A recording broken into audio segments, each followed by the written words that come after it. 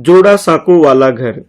Class 5th Hindi की किताब रिमझिम से पाठ जोड़ा साँकों वाला घर हमें हमारे देश के राष्ट्रगान के निर्माता रविंद्रनाथ ठाकुर जी के घर की कहानी बताता है कि कैसे उन्होंने अपने जीवन को इस घर में बिताया था। खास तौर पे उन्होंने उनका बचपन कैसा था, बचपन में वह अपने घर में कैसे रहते थे, क्या करते थे, कैसे पढ़ाई करते थे, वह सारी जानकारी आपको इस कहानी में मिलने वाली है। आइए पढ़ते हैं पाठ जोड़ा साँकों वाला घर। स्वागत है दोस्तों, मेरा नाम है कृष्णा। मैं लेके आता हूं आपके लिए educational video friendship preparation channel पर। आइए पढ़ते हैं इस पाठ को, जोड़ा साँकों वाला घर। उत्तरी कलकत्ता की एक छोटी सी अंधी गली में एक अजीब सा मकान है। उसमें बहुत सी चक्करदार सीढ़ियां हैं जो दरवाजे वाले अनजाने कमरों तक जाती हैं और उसमें ऊंची नीची जमीन पर अलग थलग छज्जे और चबूतर हैं। इस घर के बारे में आपको पहले बताया गया कि यह घर कलकत्ता, जो कि हमारे देश में एक शहर है, उस शहर में उसके उत्तरी क्षेत्र में ये घर बना हुआ है। और घर के बारे में बताया जा रहा है कि यह घर अंधी गली में स्थित है। अंधी गली का मतलब है एक ऐसी गली है जहां रोशनी ठीक से नहीं पहुंच पाती है। और घर के बारे में बताया जा रहा है कि यहाँ इतनी सीढ़ियां हैं कि यहाँ पे लोग चक्करदार हो जाते हैं। चक्करदार का मतलब है कि चक्कर खा जाते हैं, उन्हें पता नहीं लगता कि कहाँ जाना है और कहीं और पहुंच जाते हैं। और गली ऐसी है कि वहां पे लोग जब जाते हैं तो महसूस करते हैं कि यहाँ पे जमीन ऊंची और नीची है। और घर के अंदर छज्जे बने हुए हैं, चबूतरे बने हुए हैं, यानी कि आपको घर के बारे में सारी जानकारी इस के अंदर दी जा रही है कि घर कलकत्ता के अंदर है, घर कैसी जगह पे है, घर की बनावट कैसी है, ये सारी जानकारी आपको इसमें मिल रही है। सामने के कमरे और बरामदे बड़े बड़े और खूबसूरत हैं। उनका फर्श संगमरमर का है। लंबी खिड़कियों में रंगीन कांच लगे हुए हैं। उस अहाते में कुछ और बड़े बड़े मकान हैं। घास का मैदान है, बजरी का रास्ता है और फूलों वाली झाड़ियां हैं। पूरी जगह को ऊंची चारदीवारी ने घेर रखा है, जिसमें 2 बहुत बड़े फाटक जो अंधी गली में खुलते हैं। यानी घर के आसपास जो भी चीजें हैं उन सब के बारे में आपको बताया जा रहा है कि घर जो है यहाँ पे कमरे बड़े और खूबसूरत हैं। इसकी जो फर्श है वो संगमरमर की बनी हुई है। और घर का अहाता यानी उसके आंगन के बारे में आपको जानकारी दी जा रही है कि आंगन में यहाँ पे बड़े बड़े मकान बने हुए हैं। रास्तों में बजरी बिछी हुई है। बजरी यानी कि छोटे छोटे जो मोटेदार रेत होते हैं उसे बजरी बोला जाता है। और घर के पास फूलों की झाड़ियां हैं, यानी कि यहाँ पे फूल पौधे लगाए गए हैं। और घर की शुरुआत होने से पहले यहाँ पे एक बड़ा फाटक यानी कि बड़ा गेट है। और यह गेट अंधी गली में यानी जिस गली में घर है उसकी तरफ ये खुलता है। चलिए अब आगे बढ़ते हैं। कलकत्ता के लोग इसे टैगोर भवन कहते हैं। अब से लगभग 200 बरस पहले ईस्ट इंडिया कंपनी के जमाने में यह मकान बना था।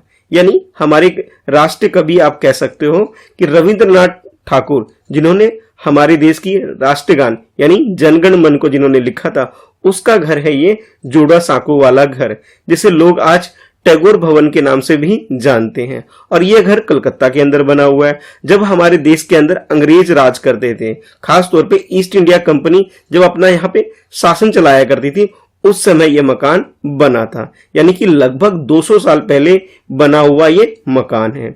वह छोटी सी गली और उसका नन्हा सा शिव मंदिर भी पुराना है। उस सारी जगह पर पुरानेपन की छाप आज भी मौजूद है। सकरी गलियां जहां बड़ी सड़क से जो जा मिलती थी, उसके कोने पर एक छोटा सा अहाता दिखाई पड़ता था। उसमें पीपल के बने चिड़ियों के अड्डों की एक कतार थी और हर अड्डे पर भड़कीले रंगों वाला एक एक काकातुआ था। उसकी कड़वी तीखी चीख चिल्लाहट की आवाज चारों ओर गूंजती रहती थी। अड़ोस पड़ोस की सारी जगह कुछ अजीब और गैर मामूली ढंग की थी। यानी रविंद्रनाथ टैगोर के घर के बारे में आपको बताया जा रहा है कि उनके घर में एक छोटा सा नन्हा सा शिव मंदिर है और वहां पर आज भी पुरानेपन की छाप मौजूद है। यानी कि 200 साल पहले जो चीजें बनी थी आज भी वो चीज वहां पर है। ऐसा लगता है कि ये पुरानी चीज आज भी वहां पर है। उनके आंगन यानी उनके अहाते में जो चीजें दिखाई पड़ती हैं उसके बारे में जानकारी है कि वहां पीपल का पेड़ है और चिड़ियों का अड्डा जैसे बना हुआ एक निशान आप कह सकते हो, जो कि पीतल से बना हुआ है। और इसके अलावा वहां पे जो चिड़िया वगैरह चिल्लाती है, तीखी आवाज निकालती है, उन सबको आसपास आज भी देखा जा सकता है। और ये सारी चीजें इस घर को अजीब और गैर मामूली ढंग क्या बताती है, यानी कि उसके आसपास के बारे में आपको जानकारी दे रही है कि बिल्कुल ही अजीब सा ये घर है। गैर मामूली का मतलब होता है जो मामूली ना हो, यानी कि मामूली का आप विलोम शब्द कह सकते हो। इसका मतलब हुआ कि यह घर बहुत ही खास है, बहुत ही स्पेशल घर इसे आप कह सकते हो। एक बार आप इस चित्र में देख सकते हो, ये पुराना सा घर है जहां पे रविंद्रनाथ ठाकुर जी रहते थे और इनके घर के बारे में आप लोग अभी पढ़ रहे हो, जिसे टैगोर भवन भी कलकत्ता के लोग इसे कहते हैं। चलिए अब आगे पढ़ते हैं। टैगोर परिवार तभी से इसमें रहता था। बीच बीच में वे लोग इसमें बढ़ोतरी भी करते जाते थे। आज से 100 बरस पहले बरसाती मौसम के तीसरे पहर एक खूबसूरत लड़का खिड़की से झुककर बेचैनी के साथ पानी से भरी गली की ओर देख रहा था।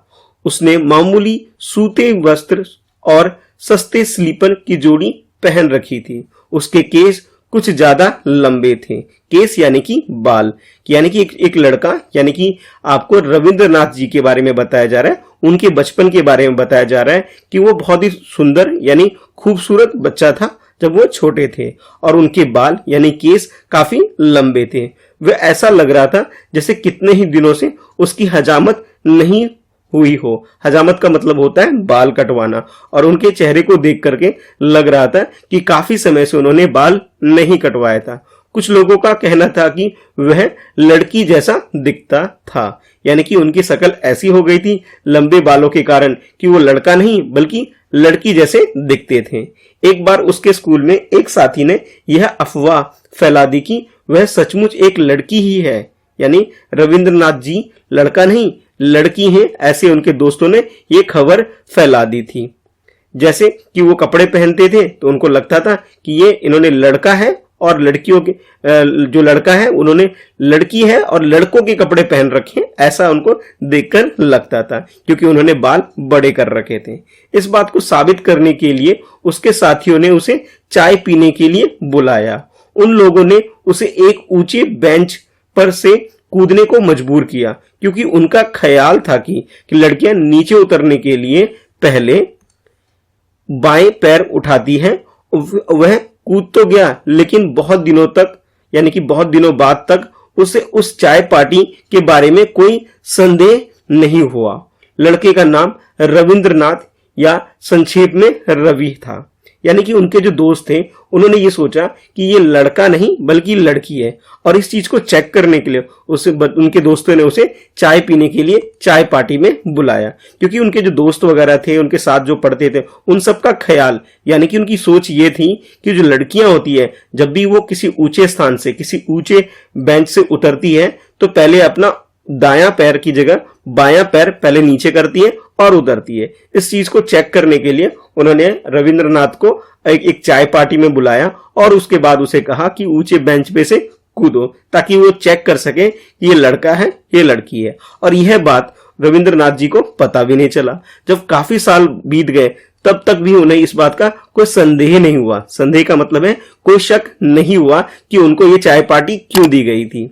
बरसाती मौसम के एक तीसरे पहर 8 साल का रवि अपने मास्टर के आने की राह देख रहा था। वह मन ही मन चाह रहा था कि पानी भरी सड़कों के कारण मास्टर जी न आ पाए, लेकिन अफसोस वक्त की पूरी पाबंदी के साथ उनकी तमाम उम्मीदों को मिट्टी में मिलता हुआ सड़कों के मोड़ पर पैबंद लगा हुआ एक काला छाता दिख पड़ा।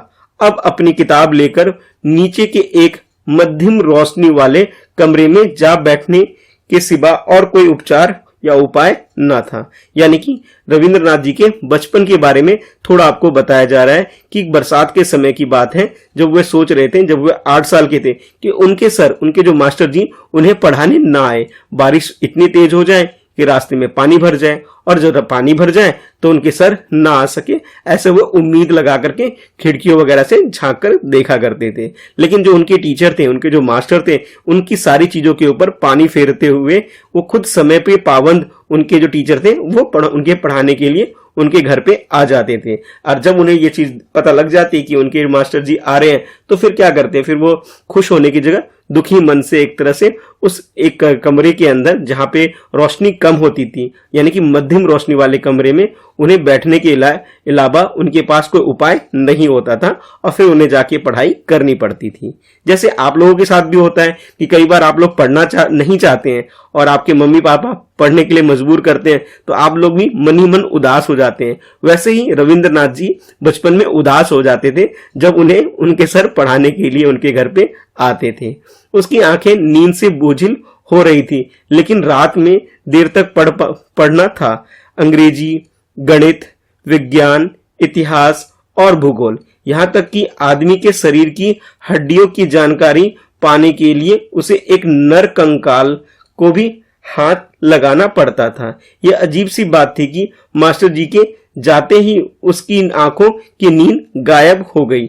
यानी कि रविंद्रनाथ जी जब बचपन में पढ़ते थे तो उनके सर उन्हें अंग्रेजी पढ़ाते थे, गणित पढ़ाते थे, विज्ञान पढ़ाते थे, इतिहास पढ़ाते थे और भूगोल पढ़ाते थे। इसके अलावा उन्हें नर कंकाल यानी कि जो मनुष्य की जो हड्डी होती है उनके बारे में भी उन्हें पढ़ाया जाता था, और उसके लिए उन्हें नर कंकाल को भी छूना पड़ता था, और ये चीज उन्हें पसंद नहीं था, लेकिन हड्डियों की जानकारी के लिए उन्हें ये सब करना पड़ता था। और जब उनके मास्टर जी यानी उनके सर जब उन्हें पढ़ा के चले जाते थे तो जो उन्हें नींद आ रही होती थी वो नींद भी गायब हो जाती थी। यानी जैसे ही पढ़ाई खत्म होती थी उन्हें बहुत खुशी मिलती थी कि अब वो खेल सकते हैं, मस्ती कर सकते हैं। ऐसे ही जैसे हर बच्चे के साथ होता है, वैसे ही रविंद्रनाथ जी के बचपन में भी सब कुछ वैसा ही होता था कि उन्हें भी पढ़ाई करना पसंद नहीं आता था। वो भी सोचते थे कि कैसे पढ़ाई से उन्हें मुक्ति मिल जाए, और जब उनके सर उन्हें पढ़ा के चले जाते थे तो उनकी नींद भी गायब हो जाती थी, उन्हें खुशी होती थी। वैसे आप लोग भी जब स्कूल में छुट्टी पड़ती है तो आप लोगों को मजा आता है,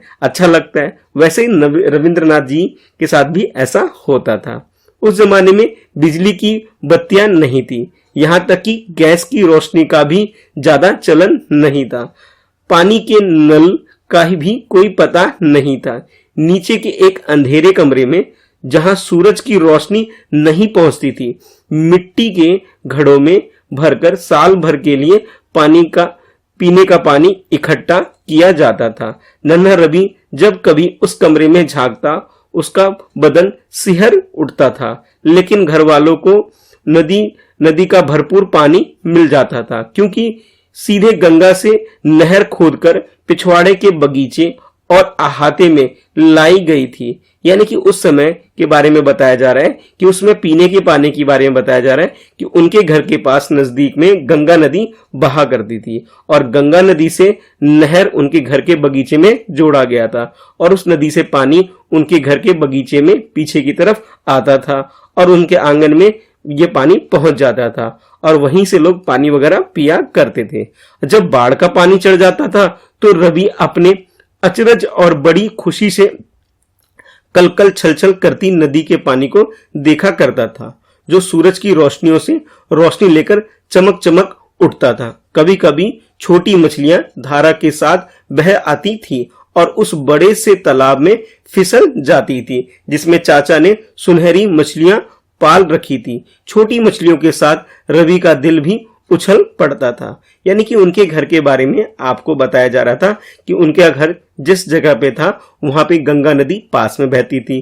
पीने के लिए जो पानी का प्रबंध था उस गंगा नदी से किया गया था, एक नहर को खोद करके, जो कि उनके घर के बगीचे और आंगन यानी अहाते में यह पानी आता था। और कभी कभी ऐसा होता था जब बाढ़ आता था तो पानी ज्यादा भर जाता था, और पानी जब ज्यादा भर जाता था तो वहां कलकल छन छन जैसी आवाज आती थी। वहां सूरज की रोशनी जब इन पानियों पे पड़ती थी तो वो चमक देखने को मिलती थी, और पानी ज्यादा होने की वजह से वहां छोटी छोटी रंगीन मछलियां भी आ जाती थी और उन्हें देख करके रविंद्रनाथ जी को बहुत खुशी महसूस होती थी। और उनके चाचा ने सुनहरी मछलियां भी पाल रखी थी और ये सारी मछलियां जब बाढ़ के पानी के कारण वहां पर आ जाती थी। जैसे मछलियों का मन उछलता है वैसे इन सारी चीजों को देख करके ही रविंद्रनाथ जी का भी मन उछला करता था। यानी उन्हें बहुत खुशी होती थी इन रंगीन मछलियों को देखकर, छोटी छोटी मछलियों देख करके उन्हें बहुत अच्छा लगता था। सचमुच वह अचरज भरा मकान था, लोगों की भीड़ से भरा हुआ। माता पिता, चाचा चाची, भाई बहनें, चचेरे भाई, भाभियां, दोस्त, दोस्तों के दोस्त, कलाकार, गाने बजाने वाले, लेखक सभी थे वहां। यानी उनके घर में कौन कौन आता जाता था, कौन कौन रहता था, उन सब के बारे में आपको बताया जा रहा है कि ये घर बहुत ही खास, बहुत अजरत भरा ये मकान था। यहाँ पे हमेशा लोगों की भीड़ हुआ करती थी। उनके माँ पिता ये सब यहाँ रहते थे। उनके चाचा रहते थे, चाचियां रहती थी, भाई रहते थे, बहनें रहती थी, चचेरे भाई बहन रहते थे, भाभियां रहती थी, दोस्त आते थे वहां पे, दोस्तों के दोस्त आते थे, कलाकार वहां आते थे, गाने बजाने वाले उनके घर में आते थे, लेखक आते थे उनके घर में। यानी कि सभी के सभी उनके घर में आते थे, तो एक चहल पहल रहा करती थी। अब यह घर शांति निकेतन का एक हिस्सा है। रवि जब बड़ा हुआ तो उसने अपनी जिंदगी को ज्यादातर हिस्सा शांति निकेतन में ही बिताया। शांति निकेतन में उसने अपना निज का स्कूल बनवाया। यानी कि रविंद्रनाथ जी के बारे में बताया जा रहा है कि उन्होंने अपनी जिंदगी का हिस्सा इस घर में बिताया, जिसे आज शांति निकेतन का हिस्सा माना जा रहा है। कलकत्ता में, पश्चिम बंगाल के अंदर जो कलकत्ता है, वहां पर शांति निकेतन और विश्व भारती एक ऐसी संस्था है जहां पे लोग पढ़ाई करने जाते हैं। और रविंद्रनाथ जी ने अपना खुद का ये स्कूल बनाया था जिसका नाम शांति निकेतन रखा गया। यहाँ लोग पढ़ने आते हैं। और जैसे रविंद्रनाथ जी यहाँ पे जब छोटे थे घर में रह करके ही पढ़ाई करते थे, वैसे ही आज के समय में दूसरे लोग यहाँ पे पढ़ने जाया करते हैं। तो उसी के बारे में आपको यहाँ बताया जा रहा है कि उन्होंने अपनी जिंदगी का ज्यादातर हिस्सा इस घर में, जो कि शांति निकेतन का हिस्सा है, यहाँ पे उन्होंने बिताया था। यह जगत प्रसिद्ध शांति निकेतन विश्वविद्यालय के एक अंश के रूप में आज भी मौजूद है। और उनका घर जैसा कि 200 साल पहले था, आज भी ये घर वैसा की वैसा ही है। और अब ये विश्वविद्यालय यानी शांति विश्वविद्यालय का एक हिस्सा बन गया है। इस घर को, जिसको आपको पाठ के अंदर जोड़ो साको वाले घर के नामक रूप में आपने पाठ के रूप में जिसे पढ़ रहे हैं, आज इस घर को शांति निकेतन का हिस्सा माना जा रहा है। कुछ लोग इसे टैगोर भवन भी कहते हैं, क्यों रविंद्रनाथ जी का घर है इसलिए इसे टैगोर भवन के नाम से भी जाना जाता है। तो इस घर के बारे में आपको ये कहानी बताई गई। और इस कहानी को, इस लेख को लीला मंजुमदार जी ने लिखा है, क्योंकि हमारे देश में राष्ट्रगान को रविंद्रनाथ जी ने लिखा था, इसलिए उनका घर काफी महत्वपूर्ण हो जाता है हम लोगों को जानने के लिए। आप लोगों को यह बात शायद ही मालूम होगा कि रविंद्रनाथ जी ने भारत के अलावा बांग्लादेश का भी राष्ट्रगान लिखा था। यानी कि वो दुनिया के एकमात्र ऐसे कवि हैं जिसने भारत का राष्ट्रगान भी लिखा था, और इसके अलावा भारत का जो पड़ोसी देश है बांग्लादेश, उसका भी राष्ट्रगान रविंद्रनाथ जी ने ही लिखा है। कितने कमाल की बात है ना, कितना खास काम उन्होंने किया है, इस वजह से दुनिया उन्हें जानती है। इसके अलावा पूरे एशिया में रविंद्रनाथ ठाकुर या फिर रविंद्रनाथ टैगोर जी को सबसे पहले नोबेल प्राइज मिलने वाला इंसान आप कह सकते हो कि पूरे एशिया के अंदर जितने भी देश हैं, सबसे पहले अगर किसी को नोबेल प्राइज मिला है तो वह रविंद्रनाथ ठाकुर या फिर रविंद्रनाथ टैगोर जी को मिला है। तो कैसी लगी आपको ये कहानी जोड़ो साको वाला घर, मुझे कमेंट में जरूर बताना। और रविंद्रनाथ जी के बचपन के बारे में जान करके आपको कौन सी बात सबसे अच्छी लगी वह भी मुझे कमेंट में लिखकर बता सकते हो। वीडियो को लाइक करना, अपने दोस्तों में से शेयर करना, कुछ पूछना चाहते हो, कुछ बताना चाहते हो तो आप नीचे कमेंट में लिख सकते हो। और इसके अलावा आप मुझे इंस्टाग्राम पे फॉलो कर सकते हो। मेरी आईडी है @Mr. Krishna Shah, जहां आप मैसेज करके मुझे बता सकते हो कि अगली वीडियो आप किस टॉपिक पर देखना चाहते हो। अपने क्लास, सब्जेक्ट और उस टॉपिक का नाम जरूर लिखना, ताकि मैं आपके लिए वो वाली वीडियो अपलोड कर दूं। ठीक है, चलिए मिलते हैं फिर नेक्स्ट वीडियो में। इस वीडियो में इतना ही है। चैनल फ्रेंडशिप प्रिपरेशन को सब्सक्राइब कर लो और बेल आइकन प्रेस करो, ताकि आपको नेक्स्ट वीडियो, न्यू वीडियो जब भी मैं अपलोड करूं उसकी नोटिफिकेशन रिसीव हो सके। ठीक है, तो thanks for watching, bye bye.